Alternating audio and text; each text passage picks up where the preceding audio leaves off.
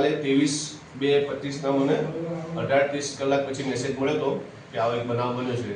તો પ્રાથમિક દ્રષ્ટિએ અમે જ્યારે તપાસ કરી એના અંદર બાઇક સવાર 3 સવારી હતા અને એમને રોંગ સાઈડથી ઓવરટેક કરવા જતાં એક આખલાના સાથે ઈસકાની અને નીચે પડી જતા બનાવ પ્રાથમિક દ્રષ્ટિએ અમને લાગે છે। બાકી અત્યારે આગળની તપાસ એફઆઈઆરની કોપીની બધી પોલીસ સ્ટેશનથી મેળવવાની બાકી છે।